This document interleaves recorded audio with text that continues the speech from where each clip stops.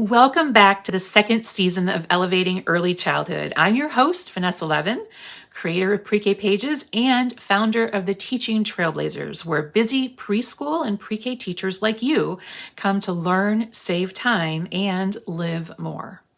Now, if you caught my recent masterclass titled Hot or Not, Early Childhood Education Edition, you know that we covered a lot of ground, but there was one topic we didn't get to dive into deeply, and that's fine motor journals.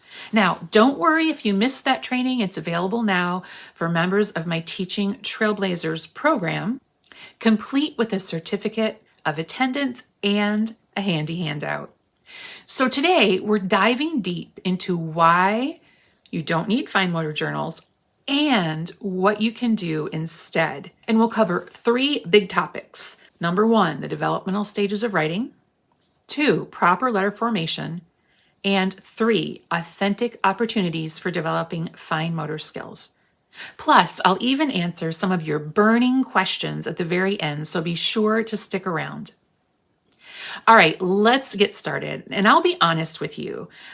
When fine motor journals first appeared on the early childhood scene several years ago, every single fiber in my being screamed, no, no, no. I mean, since when did fine motor skills and occupational therapy techniques take precedence over early childhood development? Who is steering this ship anyway? So here's the bottom line. Fine motor journals are a handwriting fad, not a best practice. They are artificial and not authentic ways to develop these skills. My personal motto is flat is boring and 3D is fun. In fine motor journals, they're as flat as it gets. So let's start with the developmental stages of writing. Now here's the thing. There is a huge, huge difference between handwriting and writing. They are not the same thing at all.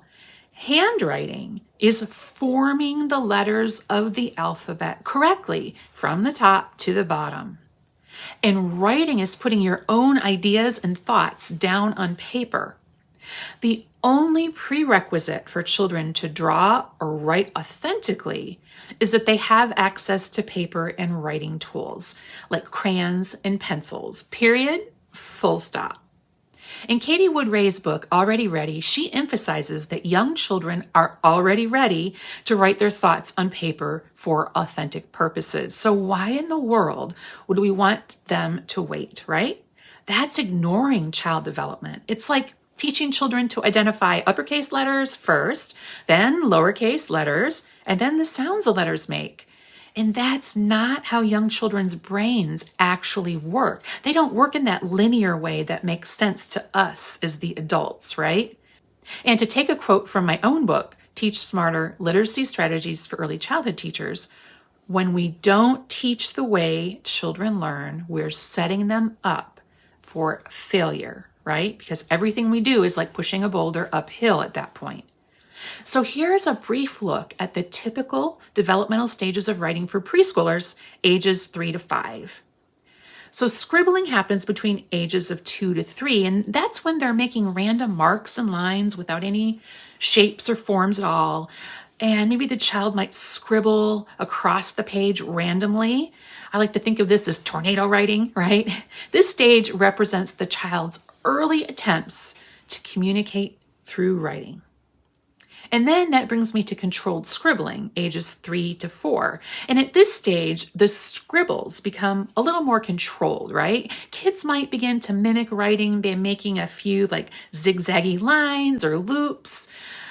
This means they're starting to understand that writing is a form of communication. They might even tell stories about their scribbles. I'm sure you have kids like this in your own classroom, right? Next up are mock letters, ages 3 to 4. So children make these letter-like forms, right? They resemble, sorta, actual letters, but they're not true letters. And these mock letters, they might consist of familiar shapes, such as circles and lines. And this stage indicates that kids recognize letters have shapes, and those shapes are used in writing. They're beginning to understand that letters are a part of the writing process.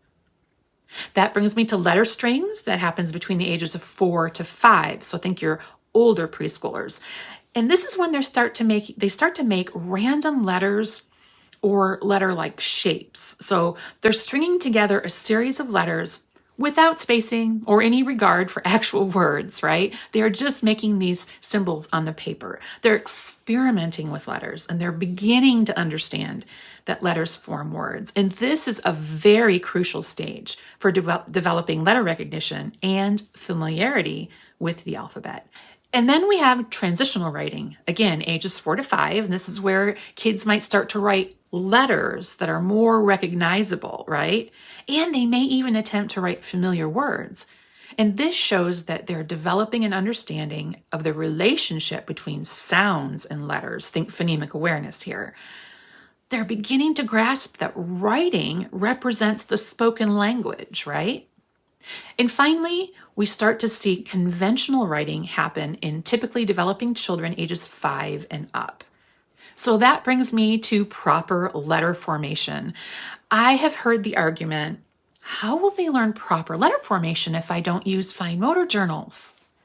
Well, the answer is through modeling and reinforcing daily, right? So modeling during daily events like the morning message are key. That means the teacher is modeling and you're there to scaffold and support for success. We're also reinforcing letter formation with songs. I like Heidi songs.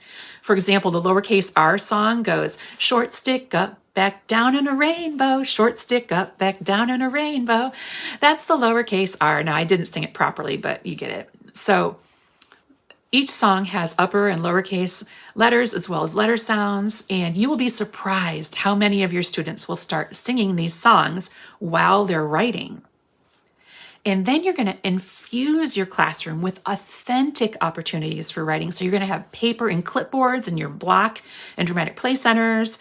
You're going to encourage writing, drawing, making observations, and collecting data in the science center. And of course, there are so many ways to support writing in your, obviously, writing/art center.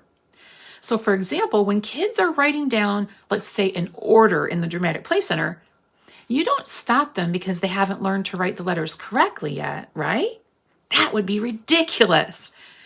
And finally, let's talk about authentic opportunities for developing fine motor skills. Aside from fine motor journals, there are countless ways for your students to use stickers, bingo dot markers, hole punches, scissors, or even tear tape in your classroom. Look at your daily schedule and evaluate all the authentic opportunities for fine motor skill development that you already have. So for example, things like Play-Doh, sensory bins, potato heads, manipulating puzzle pieces, stringing beads, squeezing liquid glue, and even potato heads. These are all developmentally appropriate activities and much more engaging than just flat fine motor journals. You see, we want young children to learn through play and hands-on experiences because research shows us that it's how they learn best. Now, let's get to some of your burning questions. So question number 1. They can draw or write freely in the writing center, so fine motor journals can't hurt, right? Newsflash. A little bit of something artificial is not okay. Doing something that eats up precious time in the classroom, time that could be used for another more beneficial opportunity for authentic learning, is not something we should be doing. Question number 2, how will I keep track of students' fine motor progress if I don't use fine motor journals? That's what portfolios are for. So I used to use an envelope, and when kids would cut or tear paper, I would place those things in an envelope and put their name on it and date it and stick it into their portfolio, right? So there are other ways. Question 3, I do fine motor journals because my kids love them. Hey, sure, kids love candy and soda too.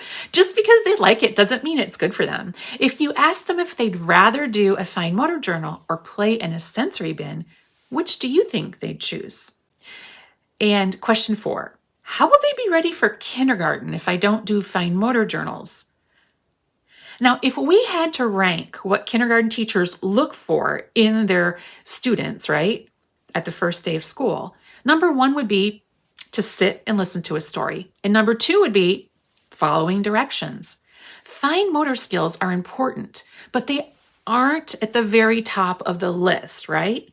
As I mentioned in my training the other night, you have to Maslow before you can bloom. Let's not lose sight of the children in front of us and their current needs, right? And let's stop preparing them for things that are going to happen when they are 5 or 6 and at completely different developmental levels. So thank you so much for joining me today. If you found this episode helpful, please subscribe and leave a review. And don't forget to check out the links in the description box below for more resources or to learn more about the Teaching Trailblazers program. Until next time, I'm Vanessa Levin. Onward and upward.